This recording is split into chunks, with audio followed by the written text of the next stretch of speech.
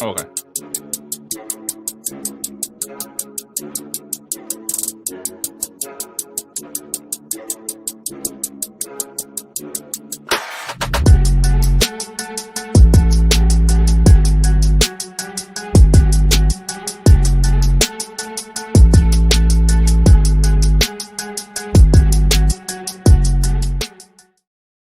Good evening, and what is up, Razorback Nation? We're back with episode 67 of Hogs on the Hill, your go-to podcast for an in-depth dive into all things Arkansas Razorbacks. We are brought to you by our friends over at Razor Pigs. Razor Pigs is the Arkansas brand, bringing some serious style to the golf course, tailgate, and everywhere in between. From high-quality polos to head-turning hats, they've got what you need to rep the natural state with pride. They are founded right here at home and now run by a Razorback loving family. Razor Pigs is where comfort meets cool. So go hog wild and shop Razor Pigs today at razorpigs.us and our friends over at Scarlet Letter, Arkansas's very own handcrafted spike seltzer. You can check them out today. And if you're in Northwest Arkansas, check out the Core Brewery Tap Room where you can get Scarlet Letter in all of its various flavors. Thursday night, guys, how are we doing? Hobbs, we haven't seen you since last Thursday. We'll get into that in a minute. But a little bit Thursday night football action going on tonight with the 49ers and Rams. But how are we doing tonight? We're all right. The rumors are everywhere, and the whole place is on fire. But it's in some ways a good way. So yeah, I'm excited to see how this whole thing plays out. There's some exciting things coming out. In the rumor mill, and there's some not so exciting things, but not like detrimental things. So yeah, I'm just here trying to, soak it all in as it comes at us. Yeah, I mean, it's October. It's always a good time of year. Man, you got the weather changing a little bit. October baseball's on. NFL's on at the same time. College football. So, and if anybody thinks that baseball is dying or dead, just turn on one of these playoff games. You tell me if you still think that. There you go. There you have it. So, well, Hobbs, we did our show on Sunday with the news broke with Pittman being dismissed, Bobby Petrino being promoted to interim head coach. What was your initial thoughts and reactions to that, and how are you feeling now? I mean, I wasn't surprised after what we witnessed on Saturday. I really haven't seen a game that bad in a long time. It's hard for me to really remember. Really recall how bad long ago that was since we've been beat like that. I mean, it was as I predicted. We couldn't stop them. I mean, they scored at will. So it was just embarrassing. I think at some point, excuse me, I think at some point the offense just kind of gave up a little bit because there was no point in trying to come back because you ain't going to stop them. So what's the point in trying your hardest or risking somebody hurt, which we did. We lost a receiver. So, yeah, I'm not surprised that this was the final straw for Pittman. So now we just we got Petrino back, and it's going to be interesting to see. I mean, we've had Petrino, but when we're talking about head coach role, and that's completely different for those that don't understand. Offensive coordinator and head coaches are completely different. They don't go to the same meetings. Sometimes this is you control the whole team. And as you've seen, he's gotten rid of every single defensive coach just about on staff. Brought in a new one, which we'll get to. But yeah, I mean, it's I don't know. It's you kind of like you lost hope for the season a little bit, and you gained a little bit back to kind of see what this looks like. I don't really have much expectation, so it's going to be interesting to see how this goes. Yeah, I mean, you look at it, and it's almost like for a minute there, you transport back to the 2010s. Petrino's the head hog. It's weird, but also it is a little bit different because it is a new day and age in college football. But to your point, you hated to see Sam go, great guy, but, it's time for a change in the program. And then kind of, Saturday, kind of was nail in the coffin, if you will. It seemed like the team to coin the phrase, let go of the rope. The effort, they just seemed like they were over it. And to what Hobbs just said, all right, you dismiss Sam on Sunday. Petrino's the new interim. Bright and early Monday morning, you dismiss the entire defensive staff for the most part with Travis Williams, Marcus Woodson, and Deke Adams. And then we'll talk about here in a minute. You got a new addition to the defensive staff that Petrino hinted at earlier in the week in his first press conference with Hunter Yurachek. And so, lots of changes. Like Pittman or Petrino mentioned, got to get used to that name change there. But it's like Petrino mentioned, you got to get back to the basics, and that's what this defense is doing. Lining up properly, getting in the spots you need to, tackling, flying to the ball, some of the simple things, and hopefully that makes some type of improvement as we're in this bye week and are working on this change in leadership. Yeah, and it's quite interesting to see, that dynamic and in the locker room anyway, because when Bobby Petrino is coming back, he's going to bring back a little bit of that fire, a little bit of that, for lack of a better term, hard ass type of coaching that Sam Pittman. Although I think he was a little bit more in practice than what we realize. He's definitely not to the level of Bobby Petrino, even as he's cooled down over the years. But the interesting thing, which it's not super interesting, knowing that they burned their red shirts and stuff like that after playing 5 games, but there's not a person that's entered the portal yet. He said that he hasn't had an indication yet. So I'm hoping that somehow they can bring this team together and like he said in his press conference, make them into one unit instead of two, opposing units. And I think that's one of the reasons why Petrino let go of the defensive staff. And I know there's a lot of people that didn't like Deke Adams because they weren't getting to the quarterback as much, but I mean, they were middle of the pack in the SEC before they played Notre Dame, and they led the SEC in pressures. So it's not like he wasn't doing a bad job, himself. But at the same time, he's got Pittman written all over him because he's been here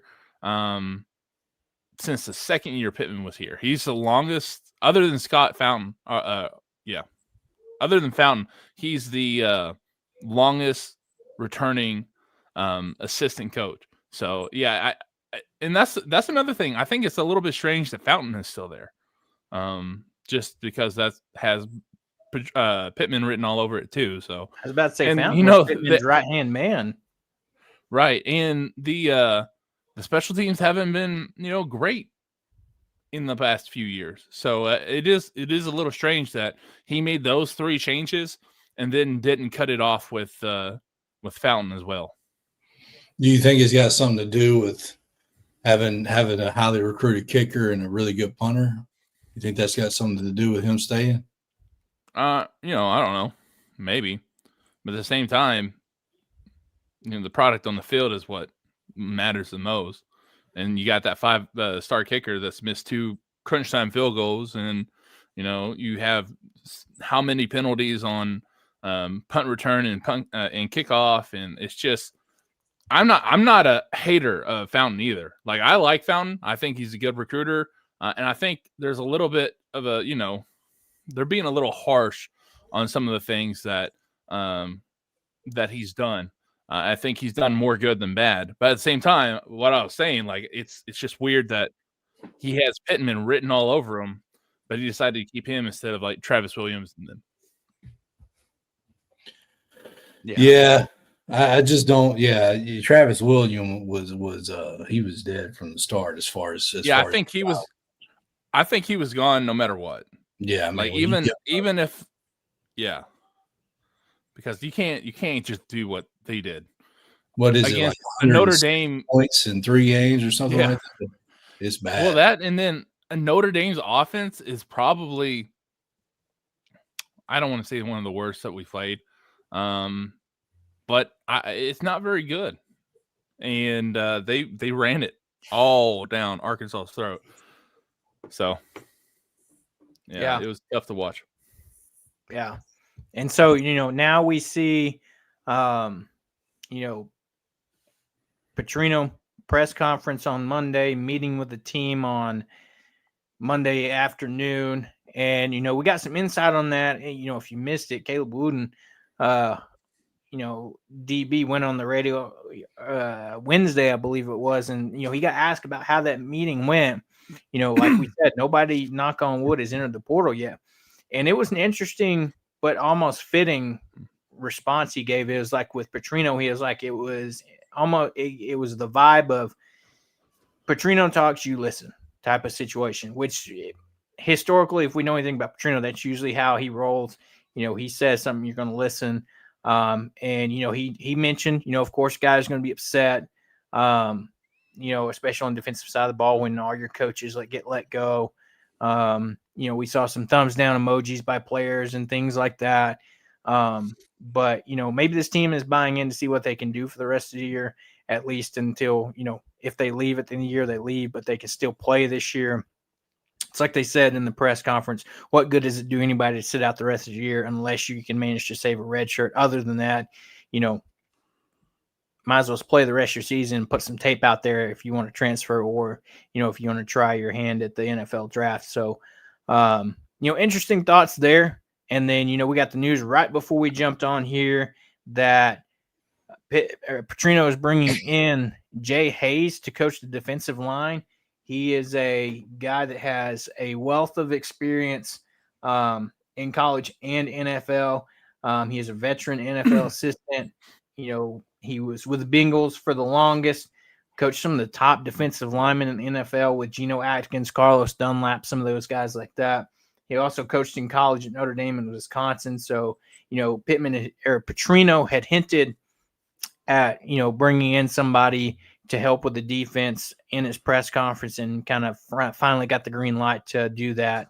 And so Jay Hayes will be coming on to take over some of the defensive line coaching since assistant D-line coach is now your interim D coordinator. Right. I'm still not sure about that move, but hey, it's whatever. I know Bobby Petrino's never been like, hey, let's focus on defense ever in his life. So why should he start now? But at the same time, I am pretty hopeful about it because he did give a good sales pitch to this team. Or from what he said in the Wednesday teleconference or whatever, basically he said you can stay in Fayetteville and you can keep developing and, cash in because you're going to get paid while you're here doing that, or you can hit the portal and then risk, stalling your growth and walk away with nothing in your pocket. So, I mean, he's making it like, hey, this is your job now. And if you walk away, you're not going to have any money and you're not going to get better. That's exactly the best pitch you can put out there. Even if these kids aren't in it to, to stick around with the team and whatever, which I do believe that kind of their words say that a lot. Their actions don't really, especially on the football field. I mean, what's his name? DJ Williams kind of hinted at it the other day about how they were putting out, the heart emojis and these pictures with Coach Pittman, and then putting the thumbs down whenever the defensive staff were let go. And then DJ Williams was like, yeah, that's great that you feel that way, but your actions on the field didn't demonstrate that because, and this is big boy football now, right? Whenever you play bad, it's not just your job that's on the line, especially in college. You're putting your favorite coach's job on the line. You're putting everybody in that building who's not a player, you're putting their job on the line whenever you play badly. And I know that's tough to put on an 18-year-old, but at the same time, you're getting paid hundreds of thousands of dollars to be here. You got to grow up a little bit quicker than that. I was about to say, it's not as tough anymore now that these kids are getting paid all this money. A little bit different if it's back in the good old days when you just had scholarships and stuff like that. But these kids are, making some potentially life-changing money depending on some of these NIL deals. that's not asking too much responsibility at that point anymore. Yeah, but at the same time, you still have those relationships with these coaches. Right. You know, they recruit you since you're like in 8th grade, so they know you for a long time before you even step on campus. And the fact that because you couldn't tackle, because you couldn't play coverage, because you couldn't hang on to the ball, now your favorite coach is gone. I mean, that's the way it is. It's going to be like that more so in the NFL. And at the same time, you lose your job in the NFL. So Yeah, I mean we're living in a different era now where college football, they get paid pretty well, might I add. I mean, more money than or the average Joe that works 9 to 5 every day. So like, it's hard to feel sorry for some of these kids in this sport, at least. Now, if we're talking about other sports, that may be a little bit of a different story, but football, you're getting paid to play this sport. So, yeah, it's one of them things where I think maybe the defensive players, they don't really they can't transfer nowhere right now. There's no good film on any of them. So it's hard for them to just say, hey, let's go transfer. You got to use these next 7 games to try to make a name for yourself. And I think all the offensive guys are really Petrino decided on them as well. So they're kind of his guys. So yeah, it's going to be interesting to see how these last 7 games out. I hate that it's I know we got this bye week to prepare for, but I hate we're jumping right out of the gate at a top 15 team's house. It's really hard to play at. So that sucks. Yeah. That sucks, but that's just the schedule we normally have. So yeah. And looking at it, talking about that, it's like Petrino said in the press conference. These next 9 weeks is not only an audition for him, but for this entire team, whether they want to stay here or go somewhere else, and, speaking of that, going forward, these next 9 weeks, these next 7 games, what are your guys' expectations? Like, what do you want to see? I'm in the party of, at this point, there is no expectations for the rest of the season. Let's sit back, have fun, and see what happens. But also, that's our mentality. But Petrino is like, okay, here's my chance to win this job, that I once had and loved. And, the opportunities there again. So, what's your guys' thoughts on, expectations or thoughts on these next 7 games? Because I look across this schedule, and it's tough for me to even point at one game and say, all right, we can win that one. Let me go real quick, and I'll let you go, Austin. So here, my expectation, we're in October, okay? The Cubs are in the playoffs. I'm going to enjoy that a little bit. Now, of course, I'm going to still watch the Arkansas games, but I don't have much expectation. I really don't. The defense can't get any worse, so they can only get better from here. Offense got to step it up a little bit. That's the facts. They've only scored 7-3, 7 in the second half, and then 13 against Notre Dame. So they've got to get it going, but I think they will now that they, a little bit of pressure is off of them with Pittman gone. So I don't know. I don't have much expectation. Maybe we can steal one, but we don't have an easy game left on the schedule. Now I wouldn't mind if Petrino is the head coach come next year, and I wouldn't mind if his group. I don't really care about any other candidate unless somebody comes out of left field, honestly, quite frankly. But you know what I'm most excited about is Arkansas basketball, which is not too far away. So that's what I wanted to say on that. Yeah, but yes, basketball is this month. Tomorrow is prime time at the Palace. Yep. Yes, sir. So yeah, I'm freaking ready for basketball. I'll tell you that. As far as expectations, I think you kind of hit the nail. Both you kind of hit the nail on the head. To be honest, I think defensively you got to show some kind of life, right? Show effort, at least. Like you're going to get beat, but at least get beat going 110%, right? Offense. To be honest with you, I think this season is a wash, right? I think make it freaking exciting. Like, have some really nice plays. Like, take shots. There's literally nothing you can lose. Like, just go for it all. Make it exciting, make it fun for us to watch, even though we know you're probably going to lose. But at the same time, you kind of hit it here too, Caleb. Bobby Petrino is telling them that the expectation is to win the next 7 games. I guarantee you that's what he's telling them. Right? Like, you can't be a head coach and go in there and not have that be your expectation. So I don't know if they'll win another one, but I just want to be entertained until basketball gets here. Austin, Hobbs, it's full send season, so let's see what happens. But yeah, I mean, at that point, yeah, you're telling the defense we need improvement. And like you say, going back to the basics, offense, let's get it rolling back again, like we saw those first few games.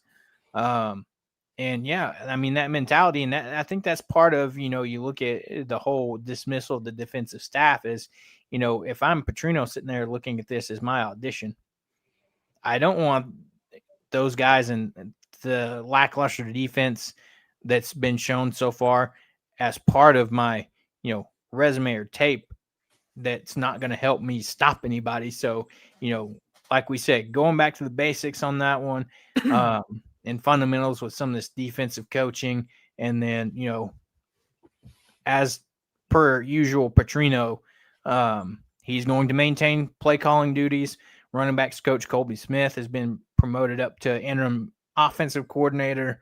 A little bit surprised it wasn't somebody like maybe a Ronnie Fouch that had been with Petrino for a little bit, or something like that. But hey, to be fair, Colby Smith did play for him at Louisville back in the day, so there's some connection there. But yeah, no expectations for the rest of the season. It's going to be fun to watch. Maybe we can steal a game or two, but, thinking about next year come, into the season when we do decide to make that coaching hire, part of it is you think about it. Say Petrino comes out and wins 2-3 games the rest of the season. This team looks really competitive. They put out a lot of effort. There's going to be some people saying, how do you not give him the job after that? And I know Juracek came out and, they asked him about that in the press conference. Well, and they're like, well, what do you expect, or, what do you want to see out of this team in Petrino, since he wants to be a candidate for this job? And, Juracek said, I know there's no pixie dust out there that, Petrino's going to come in and go 7-0 in these next 7 games. He said he just wants to see more effort, some competitive football, and the leadership that he wants to see. And so, hey, if they win 2, 3, 4 games, and they look competitive, they look like they're putting out effort, why not give Petrino a shot? But I also understand wanting some kind of new, fresh blood, if you will, as head coach. Yeah. Can we talk about Hunter Yurchek for a second too? So I think there's obviously, like, I put it out the other day whenever the press conference was going on, that whenever he said that Sam Pittman did not have the financial backing to compete in the SEC, that is a wild statement to make. And not because it's not true, right? Just because it's wild doesn't mean it's not true. It's wild that he said it, period. Especially after the whole Little Rock thing, right? And then coming back, and the board of trustees made him kind of renege that at their meeting, and then he comes back again and throws it in their face. I think there is some kind of like tension.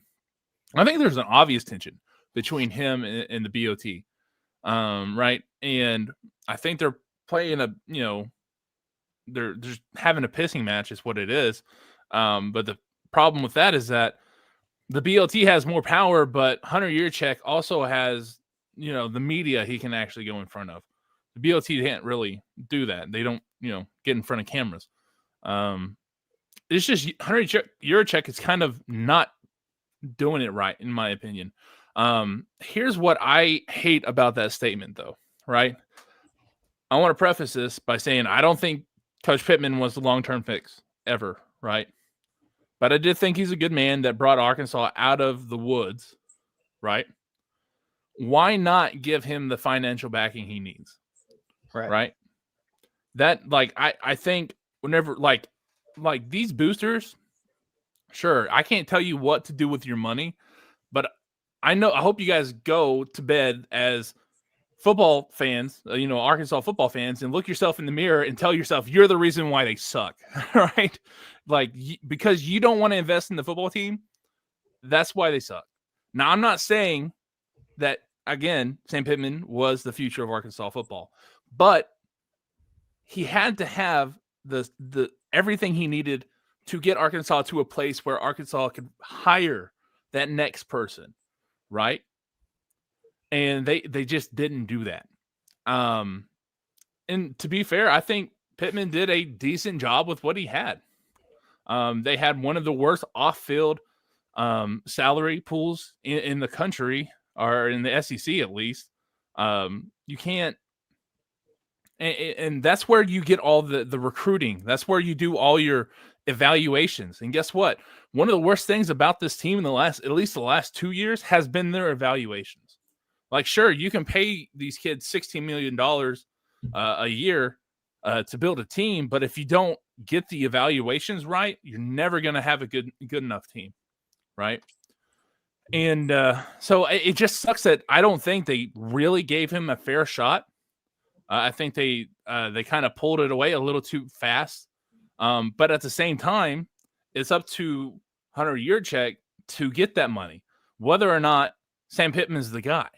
So if they don't want Sam Pittman, why do you string all these fans along for 6 years, right? Why do you do that? So I'm kind of mad at both of them, to be honest with you, as a fan. Like, it just doesn't make sense why you string us around, and you string a good man like Sam Pittman around for that many years too. So yeah, it's just a little weird how that all kind of floated around. And now that I've gone on that rant, I don't remember what your original question was. Yeah. I think we were talking about expectations, Petrino, and things like that. But I want to add on to what you said. I thought it was also interesting that, he had that statement that Pittman wasn't given the resources, but also they talked about the new coach, and Yurchek also mentioned, seemed a little shady, sketchy to me, that he was like, oh, whoever's the next coach is going to have all the resources they need, all the funding they need, all the salary pool they need. It's like, you just said both of these things, and that goes right back to, did they really do a guy like Sam Pittman dirty like that? And it's unfortunate. Right. And here's the thing, like, you do all that, and he says that out loud in front of the media right before you go into this coaching search. And not only do you do that, whenever you have the announcement that Sam Pittman's let go, you say, hey, Bobby Petrino is the interim coach, and he will be auditioning for the head coaching gig. Like, that's crazy to put that in your opening statement about Coach Pittman's firing, because that's saying, hey, all these other coaches, hey, this guy might have a leg up on you. Whenever you got some really good guys out there that may be able to turn this program around, they may be, a little timid to go in this and, try and do this whenever it may just all be a waste of time. I wonder if he's saying that because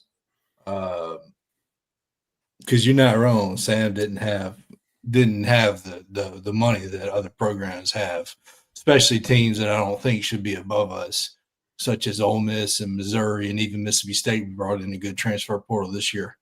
Vanderbilt too. Yeah, Vanderbilt. So, and Kentucky's had some big wins here in the last few years. I wonder if he's saying that about Sam not having the resources, and the next coach will, to kind of maybe make sure that the guys that know that want the job, that aren't going to be like, oh, I'm not going there. I'm going to get the same crap Sam got. I don't know. So I don't know. That's just something I kind of thought of with that statement. Yeah. Right. It's how do you know he's not, fudging the numbers a little bit too? to make it seem better at the same time. And then on the flip side, you're kind of like, well, they did Sam Pittman dirty like this. What if, these boosters get cold feet? And the problem with Arkansas's boosters is not necessarily the money. It's that there's a lot of them. There's a lot of big time boosters. You don't know their names, but they're also spread out all over the place, and they have their own different opinions and their own agendas when it comes to this. And if they're not fulfilled with, what's going on, they're going to pull their money, and they might conflict with each other. Right. It's like dealing with the Congress, right? You got a bunch of different factions inside it, and you're trying to do this balancing act where you make everybody happy so you get as much money as possible. And it's kind of hard to do. So I feel for Hunter Yurachek at the same time, but it's, you also get paid a crap ton of money to do it. So I was about to say, not to mention, and it's, partially dependent.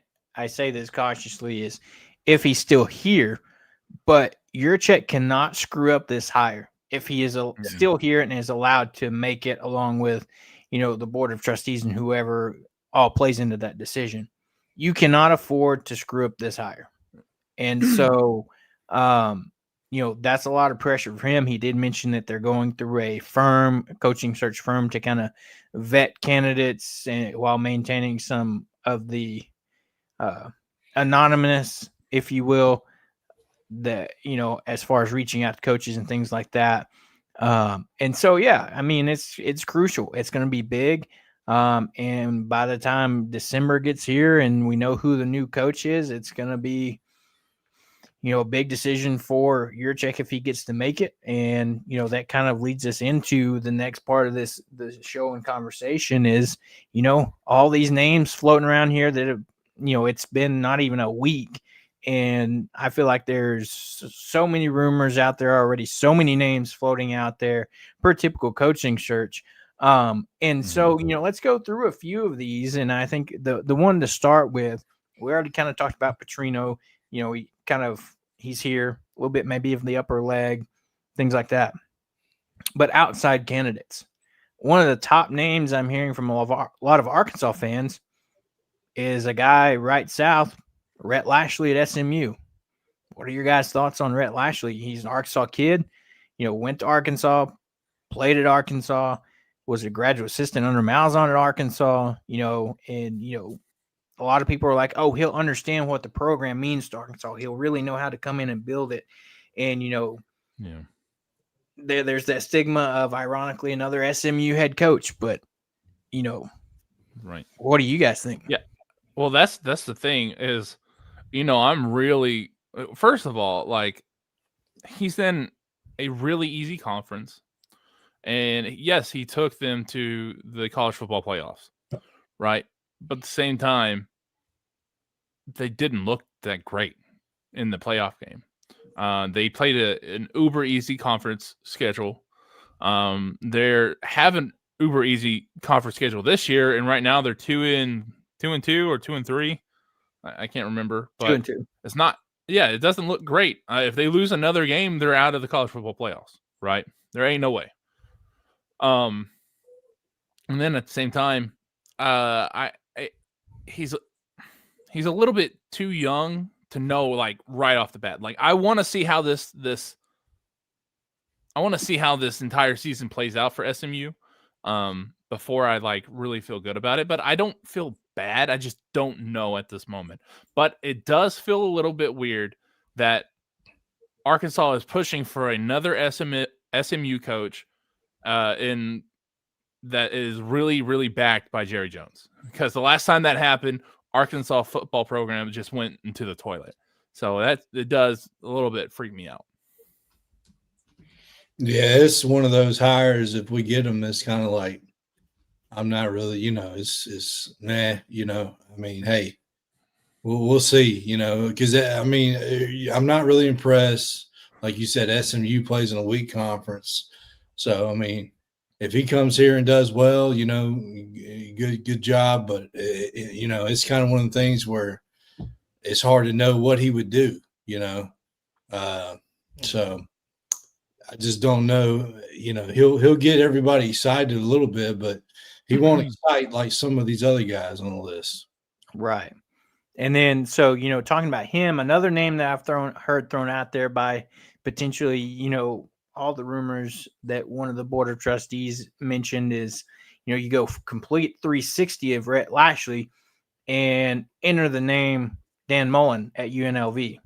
Coached at Mississippi State, got Mississippi State to a good spot, went to Florida, had some success at Florida, but then, didn't live up to Florida expectations, got canned, sat out, did some TV commentary and things like that for a few years, and then now took over at UNLV.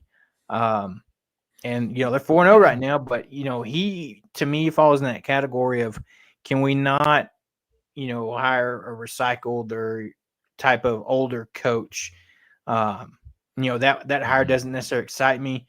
I know he's recruited well in the past. He works well with quarterbacks, but, still. At first, I felt exactly the way you did. The more and more I think about it, though, and I know people might come for me for saying this, but I do kind of like the idea of Dan Mullen coming to Arkansas. It's not exciting. Be for real, though. It's not exciting at all. But the fact is, he had like one bad season at Florida. And then he had a whole 15 years before that where he basically built Mississippi State into a national championship, caliber team with Dak Prescott. And he also, I don't know if you guys know this name, but Tim Tebow, he was a quarterback coach at Florida with Tim Tebow. So I like it's interesting. It's interesting to me because he's shown where he can rebuild a program in the SEC. Of course, it's a lot different now with, NIL and all that junk. So you really don't know how well it's going to work. But at the same time, the more I talk myself into it, the more I like it. Yeah, it's interesting to me too. Now, I don't know how interested he would be in the Arkansas job because, honestly, UNLV's got some sneaky money out there.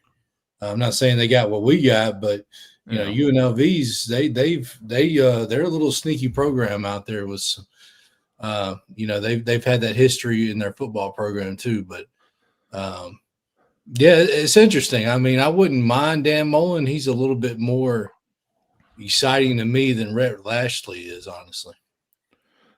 Here's what I'll say about that. Everything that I hear about Dan Mullen is that he's really keeping in touch with everybody about this job. So I do think he's really interested. I was about to say it gets him back in the SEC. So, who knows? Yeah.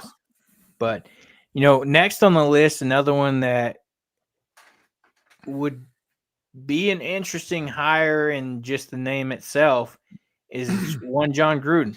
That name's been floated out there. We saw the video a few months back of him opening the box of Arkansas gear. He came to the Little Rock Touchdown Club in 2019. It surfaced, right as college football season got back, that he was filmed talking to a team, was like, I want to get back into coaching, specifically in the SEC, making it very clear. So, I mean, that name, you make that hire, you definitely will get the publicity with it. You might get some kids purely based on it's John Gruden, but very much an older style coach. And, it cracked me up. One of his quotes from when he came to the Touchdown Club in 2019, he was talking about, he is like, I would love to be the coach at Arkansas, but he is like, I feel like I would get the death penalty so quickly. But now with the NIL and everything, that wouldn't be the case necessarily. So, former head NFL guy, experience there. What do you guys think of John Gruden?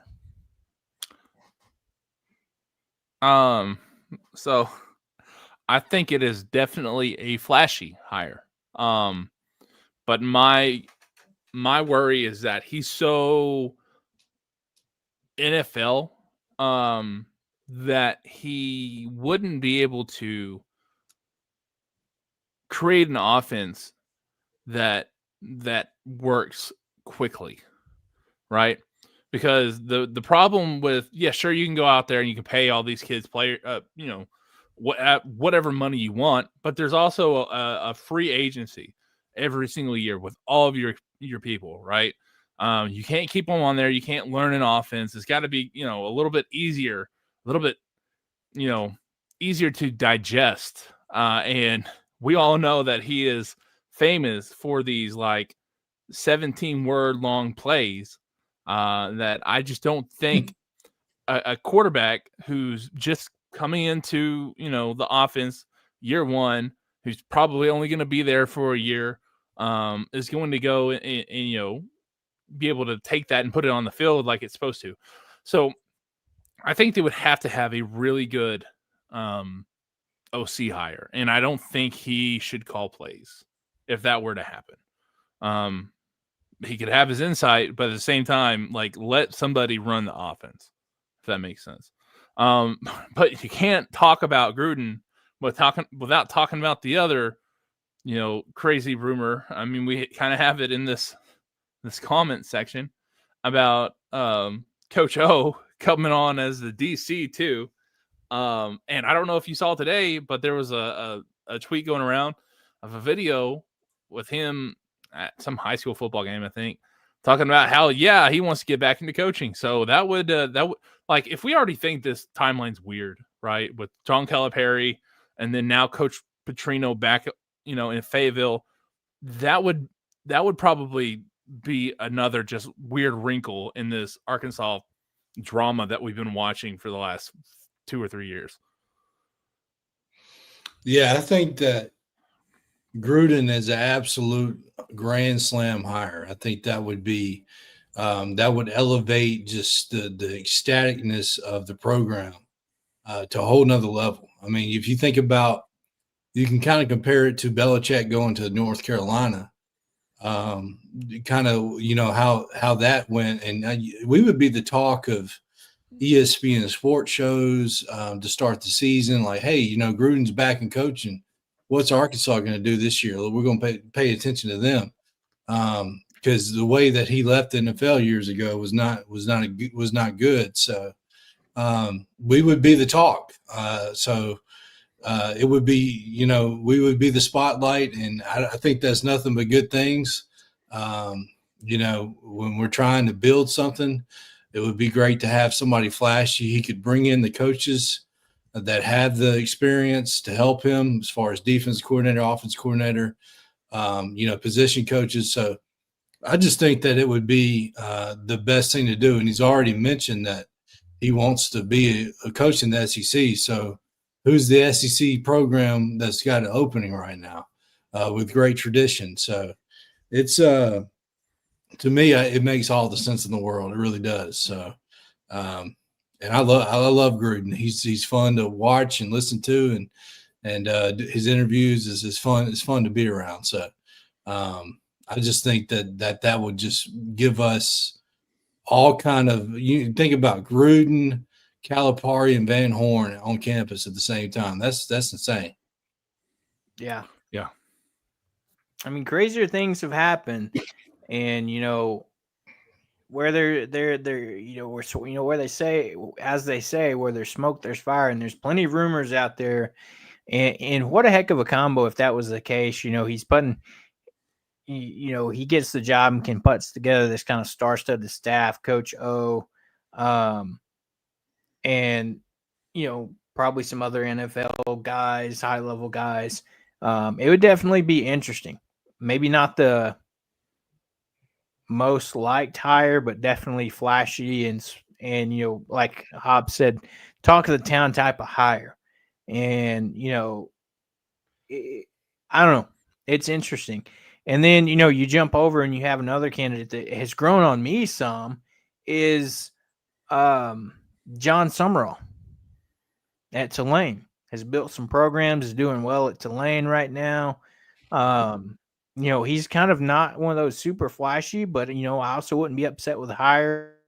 But the question is, with all these coaching hires, is he a guy that if you hire him, does he get these boosters and donors excited to and ready to open up that pocketbook for, to build the program?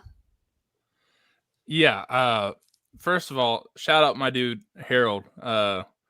He's been he was one of the pairs with me at school. So what's up, Harold? Yeah, I do like John Summerall too. When you talk about a guy who's young, who's got a lot of energy behind him, I think of him, and I think another one that we'll probably go over in a minute. But I do like what he's done, especially at Troy. Like Troy, and then going to Tulane, which is a step up too in conference. I do really like what he's done. No other again, does that transfer to the SEC? I don't know. So we'll have to see if that ends up happening. But yeah, I think you kind of hit the nail on the head. I think he would generate, not necessarily with players and with the media and stuff, but I think with the boosters, I think that's probably a pretty safe hire to get them excited about the program. Yeah. I mean, it's one of the things where are the boosters going to open those wallets up? Because I know if it's Gruden, everybody's opening their wallet. Jerry Jones, all of them. So it's just hard for me to really, it's about the money at this point, and the backing of getting the roster that can be put on the field to win these SEC games. So that's where I'm at. So go big or go home. Right. A couple other names that have been thrown out there. Another one in kind of the same realm as John Summerall, young coach. G.J. Kinney from Texas State. He's another guy that, he's running an innovative offense down there, but he, against small school, his first big time head coaching job at Texas State. Prior to that, he was at Incarnate Word. And another guy that, he's a young up and coming coach, but can he get these boosters excited enough to, open up the checkbook and be able to build this program, get the funding he needs? And I'm just not sure on that one. Yeah, I'm not either. Because whenever you think of Troy and then Tulane, it's way different than whenever you think of Texas State, right? And I don't think that's going to draw a whole lot of excitement. I think he's probably like a C tier level higher for what Arkansas wants. Like we talked about it earlier. Hunter Yurchek can't screw this up. If he's still here anyway, he can't screw this up. He can't screw this higher up. So I don't know if he would do good or bad, right? I'm not saying he would do bad, but I think if he were to make that higher, I'm pretty sure like boosters would see that as a failure, because there's so many other big names in front of them that are legitimately showing interest that I don't know how you mess up that bad to get that name, if that makes sense. And again, it's nothing on him either. Like, he's probably a great coach. It's just there's so many other ones in front of him that I think that they would see it as a failure. Yeah, it's hard for me to get behind a guy Tulane who got destroyed by Ole Miss.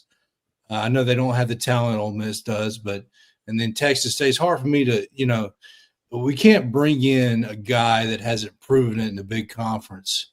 When you've got guys interested in the job that are Super Bowl winning coaches, won a national championship if it is Orgeron, whether he's a head coach or defensive coordinator, it's hard for me to really say, let's go get those guys, because we're not just that. We're coming off of 6 years with a coach that was given a chance that hadn't been a head coach before. So it's hard for me to believe that you can make that same, not that they haven't been a head coach, but kind of bring in a guy that hasn't proven it yet.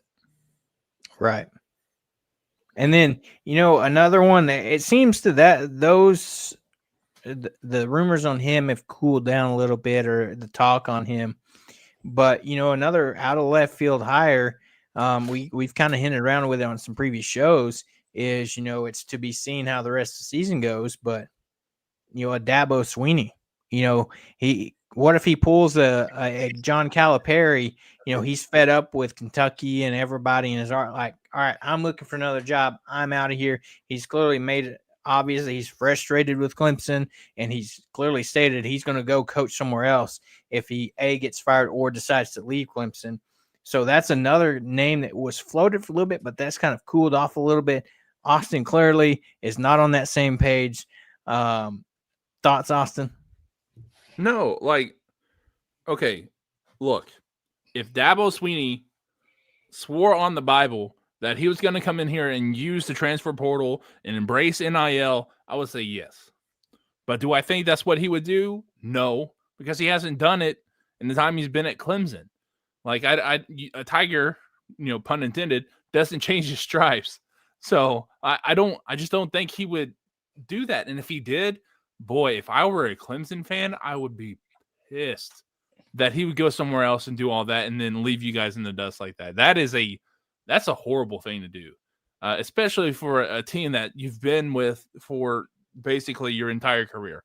But legitimately, if he did that and he decided to use the portal, because he would have to come into Arkansas and use the portal to rebuild this team. There's no ifs, ands, or buts about it. They don't have a recruiting class coming into this year. I don't know if you guys know this. They've lost 7 commitments, 7 pledges since Sunday.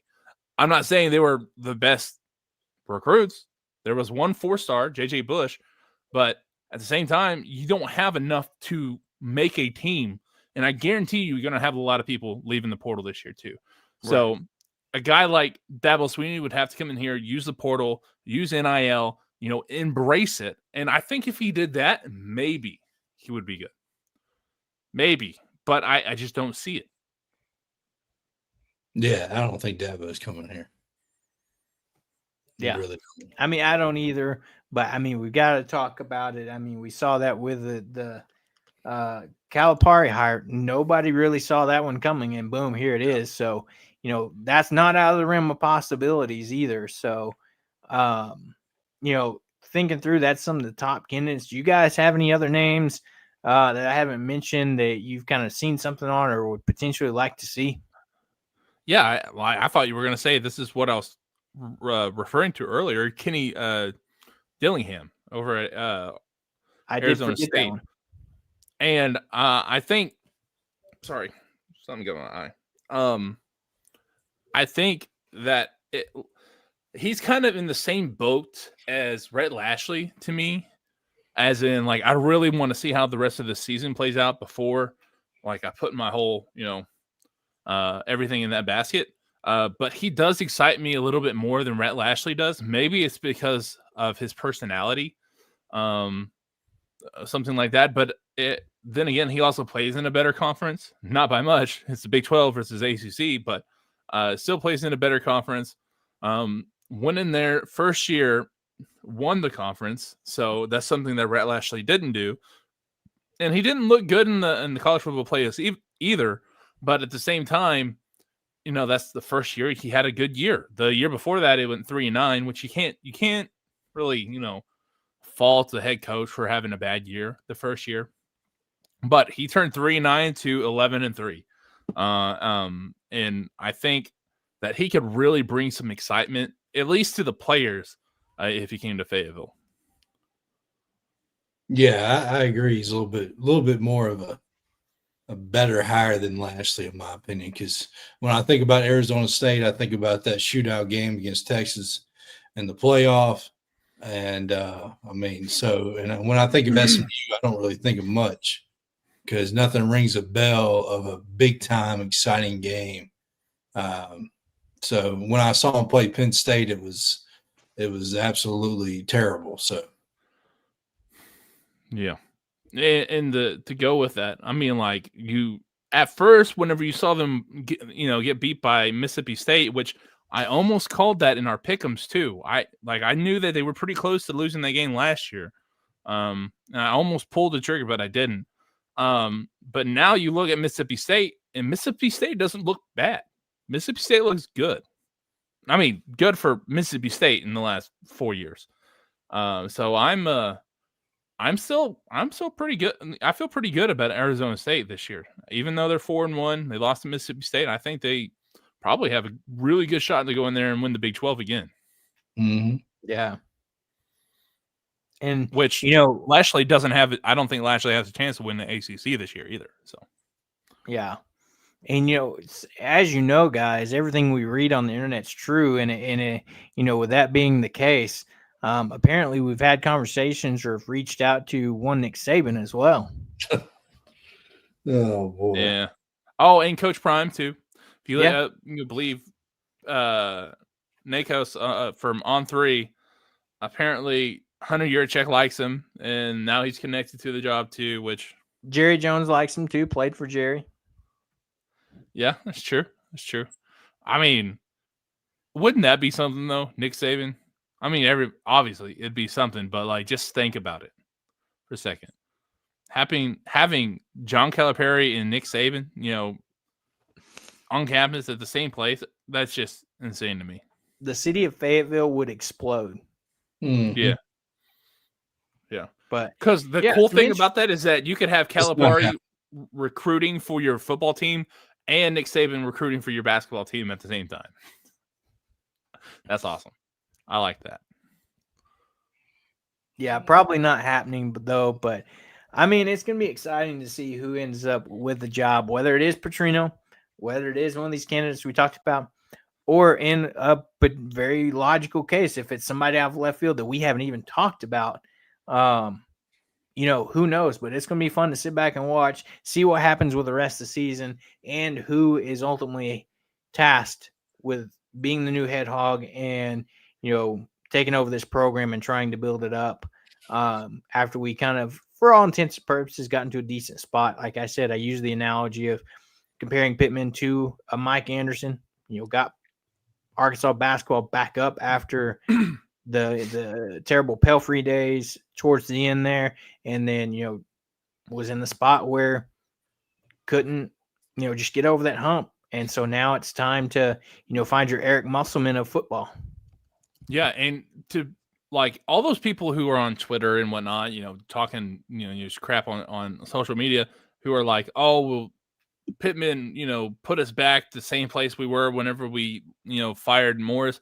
Like, if you look at the names, if you look at the names who are interested in this job versus the names that were interested in the job whenever Sam Pittman was hired, like, that should tell you where the program is, right? It's not, people aren't dumb either. They know that there's money here. Mm-hmm. Like, I was talking about, Hunter Yurchek making it seem a little bit weird. I mean, that's still the case, but at the same time, why don't you do a little bit of researching, and as long as you can make those donors happy, you're going to have money. Yeah. Right. So it's so much more a better job right now than it was back then. Plus you have all this NIL stuff that you can do. If they can get Edge or whatever collective working, which that's a whole another episode, right? I was going to say, we don't have time to get into that today. We don't have time to get into that today, which I kind of sucks that we didn't. Maybe we can do that on Sunday thing, since we won't really have a game to recap. Right. Plus more stuff might come out because it seems like it's coming out every single day about Blueprint Sports. But if they can get that figured out, boy, Arkansas could have a sleeping giant in the program. And, there's trolls on social media too, who are either SMU teams or just people who hate Arkansas. They're like, oh, SMU's a better job than Arkansas right now. I'm like, that's because you don't know what they withheld from Pittman. Like, they withheld a lot of stuff, and he was still beating teams like that. Like, I know we see the recent past, and we're like, well, this sucks. Well, last year they beat a top 5 Tennessee team. They destroyed Texas in his first year. He's had big games where he's won, just not a lot, and he's done it with his hands tied behind his back for most of the time. Yeah, because he's had not enough money to pay his staff to evaluate people. Plus, they've always been behind in NIL. So the fact that he came here and did what he did with the resources he had, should tell you if you're a good coach that you can come in here and do some serious damage. Right. Yeah. And to Brady's comment about Saban, would it be a championship at his second school? He's already won at 2 schools. So if he came here, it would be a third if he won. But he's not coming here. So everybody just wake up a little bit. Saban's not coming to Arkansas. So yeah, be nice, but let's keep. Imagine though, like we had a good coach, and we come in here, and then Arkansas wins the national championship, and then the football team wins the national championship, and then Calaberry brings them to the national championship, and then finally David Horn gets that monkey off his back and gets him a national championship. I'm telling you, it's only in my dreams that's going to happen. But we're still dreaming here, but that would be crazy. That would be amazing. I mean, you would just have the best year of your life. I mean, so yeah, it would be insane. But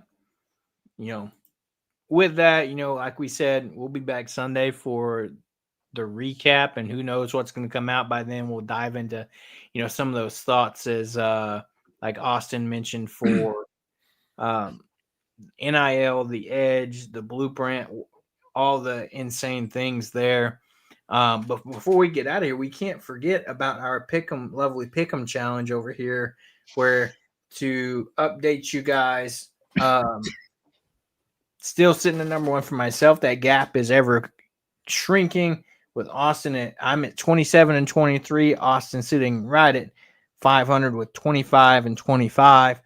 And then Hobbs right on his tail at 24 and 26. So, week after week, Hobbs climbing that ladder, trying to come for second place and eventually first place. But, we'll dive into the games this week. Always the games where I lose at the very end. And it's really frustrating. Yeah. Those weird endings to games. Like Pittsburgh, what was the game this past week? Pittsburgh beating Louisville the whole game, and then Louisville comes back and wins. Man, come on. Right, 100%. So we'll get this week started with the first game. Is you've got the Iowa State Cyclones headed to Cincinnati, Ohio to take on the Bearcats. Iowa State 5-0 on the season, coming off a win against Arizona. Cincinnati is 3-1 on the season, with their only loss being a week 1 loss against Nebraska, 20-17. Spread for this game is set at 1.5 in favor of Cincinnati. Who you guys taking?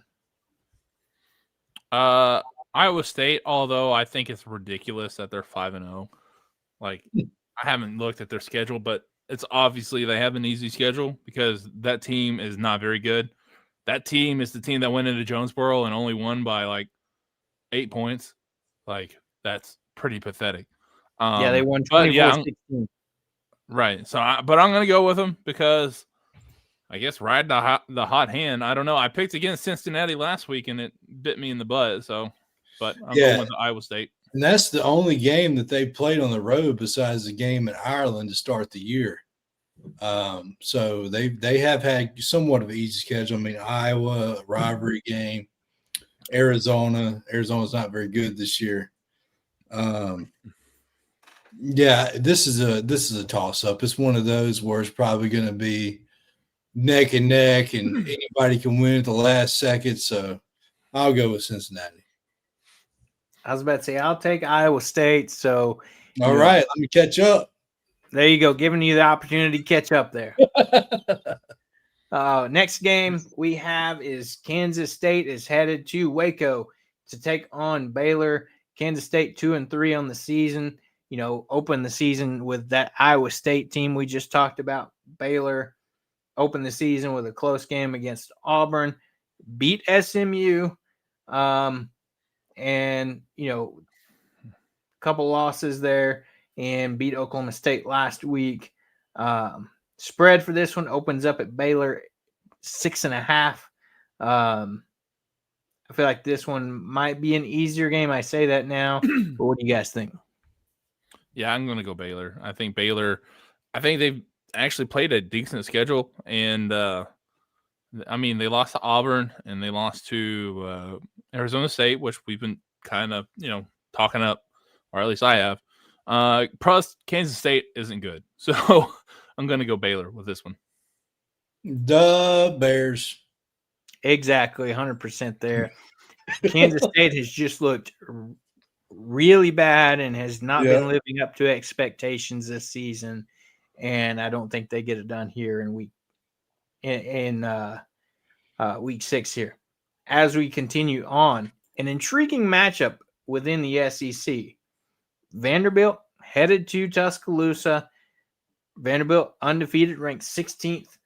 Alabama ranked 10th with one loss to Florida State earlier in the year, coming off a big win against Georgia. 10.5-point favorite for Alabama.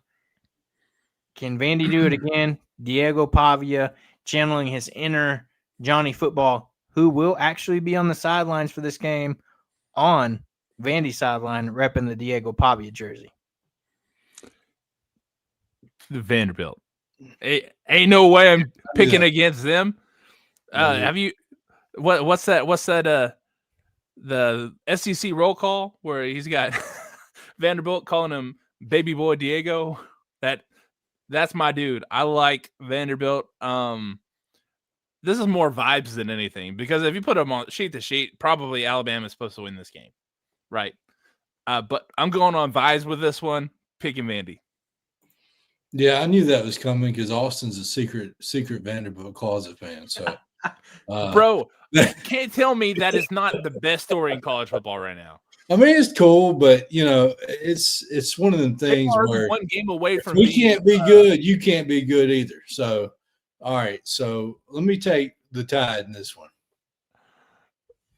Yeah, this one's an interesting one. I'm torn on who I'm going to pick, because this isn't your typical Alabama team, but this also is not your typical Vanderbilt team either. Can they pull it off two years in a row, this time in Tuscaloosa in front of all those Alabama fans? It's a tough one. I think they have to. When you look at that coach, he's got to win games like this. Right. And that's what it's going to take. And, Austin may be crazy for taking Vanderbilt, but, No, I'm not saying he's crazy. Vanderbilt looks really good, but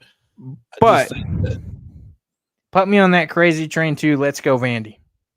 Wow. Okay. We're giving you opportunities here, Hobbs. You made the chance. Alabama doesn't screw it up for you. Staying in the SEC with our next matchup, you have the Texas Longhorns headed to Gainesville.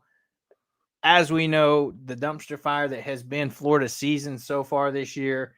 But also on the other side of it, the 9th-ranked Texas Longhorns, surprising they're still up there with Arch Manning's that's looked very much lackluster. Texas 3-1 with that loss to Ohio State to open the season. Florida sitting at 1-3, losing to everybody, USF, LSU, Miami. They managed to beat LIU, Long Island. So, that's something. But the spread for this game is opening up in favor of Texas by 4.5. Does Florida start to bounce back here, or does Arch Manning lead Texas to a win in the Swamp? I really hope Florida wins, because that gives Arkansas another week above Florida whenever they inevitably get rid of Billy Napier. And to be honest, this game is going to be the worst game on TV this week. They both have atrocious offenses. It's going to look like Mississippi State versus Arkansas, that 7-3 game from a couple of years ago. But I'm going to go Texas just because I think they have the better defense, and I can't be that lucky with Florida getting another week of Billy Napier. So, yeah, both of these teams have not looked good at all this year, and like Austin said, Texas has the one of the best defenses in the country. So it's hard for me to really try. Lagway is horrible, so I see him making some mistakes and giving the ball away. I kind of feel the same way about Lagway as Austin does about Sellers. I don't think he's very good at all. So, yeah, let them go Texas. Yeah, I'll agree. As much as it pains me, I think the Longhorns take this one, even though they are on the road in a historically tough environment that is the Swamp. So, as we continue on here, we jump over to the ACC as the Virginia Cavaliers are headed to Louisville, Kentucky to take on the Louisville Cardinals. Virginia 4-1 coming off that insane game where they beat Florida State in 2 overtimes. Louisville 4-0, but they haven't necessarily played anybody super tough. They had that win at Pitt last week, 34-27. Spread opens up for this game at 6.5 in favor of the home team, Louisville. What are your guys' thoughts? Yeah, I think Virginia is probably one of the biggest surprises this year because they've never been good in the last 10 years, right? Yeah. At the same time, I still really do like Louisville. And I think that FSU game was a little bit of a fluke. So I'm going to go Cardinals. I'll probably be wrong because I don't know. They may be on a tear, but I still like Louisville. Yeah, I mean, Virginia may be coming off of a high, and it may be a letdown here on the road. So I'll go Louisville. I was about to say, give me Virginia to be real and come in here off that week against Florida State and continue that up with another win on the road here. And I think it's ironic if you look at who Virginia's quarterback is. Do either of you guys know? Yes, Chandler Morris. Yep. Yeah.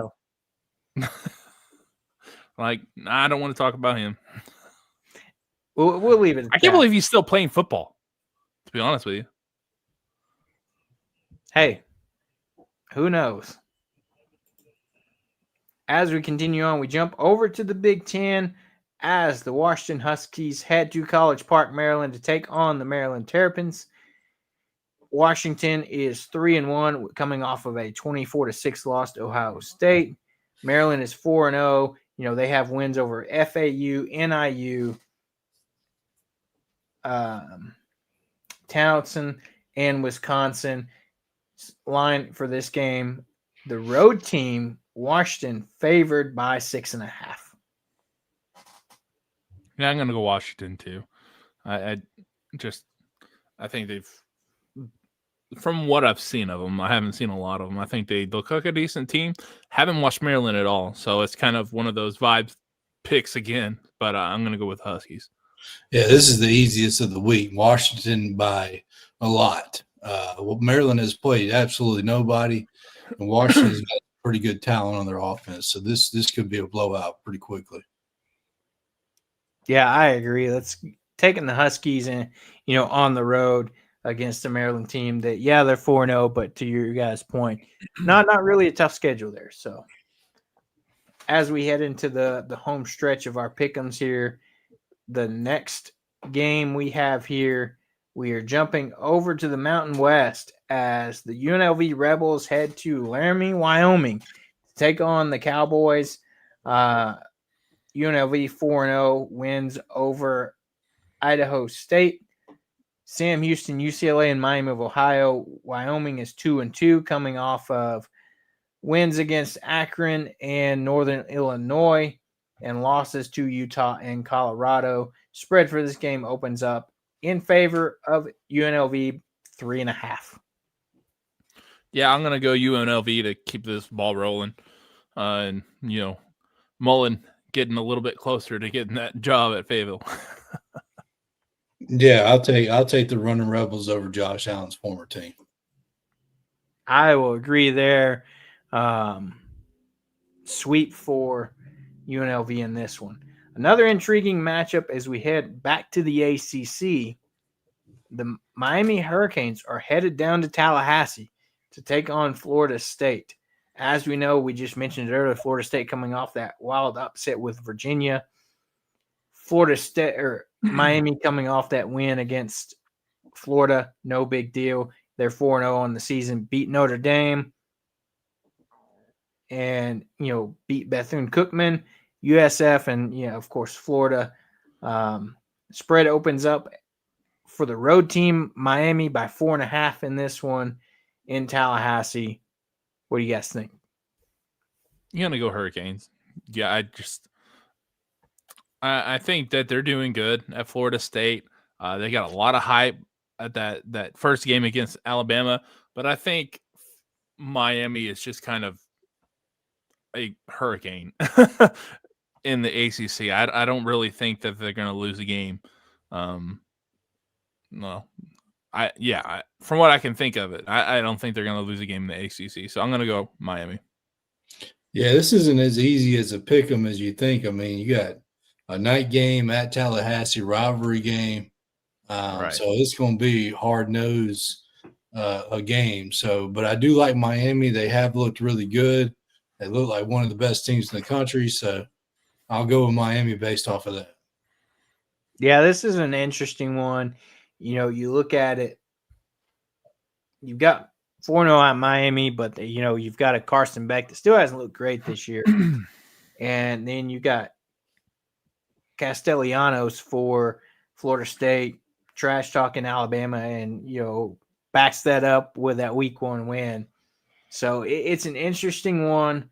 I don't know. I could see this going either way. But right now you got to go with what looks like to be the better team.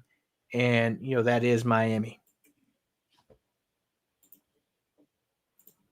Next up here, we have our jumping over the Big 12.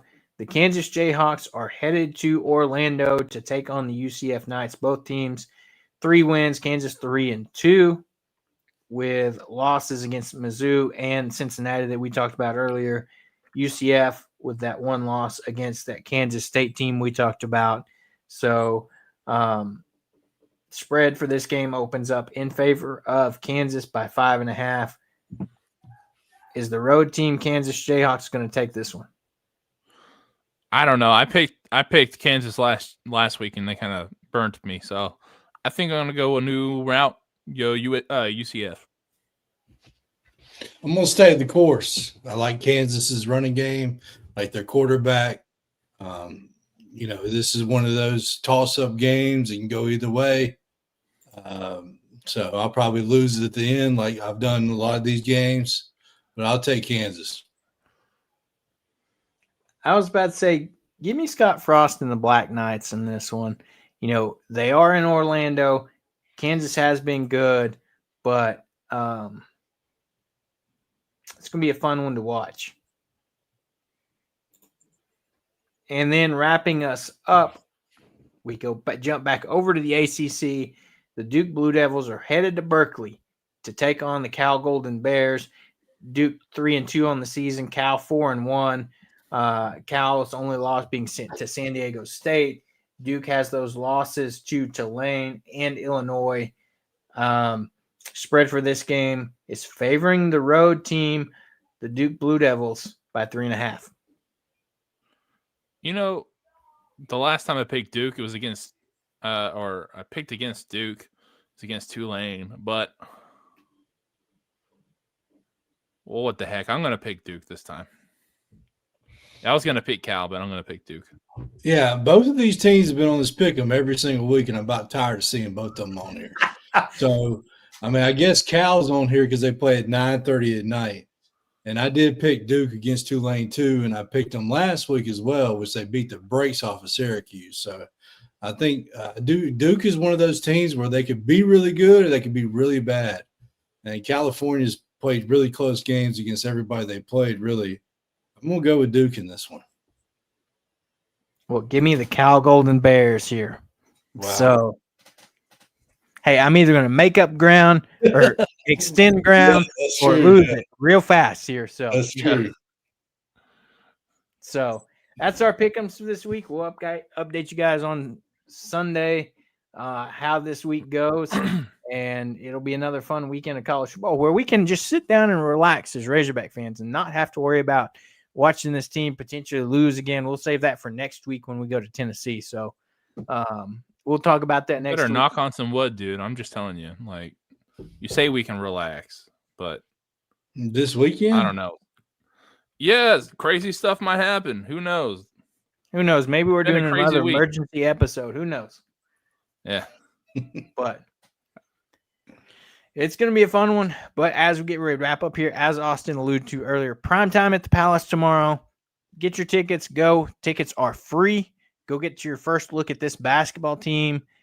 They're going to be there. Dunk contest, red-white game, some other special events. They're going to have students taking half-court shots for some money, as well as scholarships, like getting scholarships and things like that. So, it's going to be a fun night tomorrow night.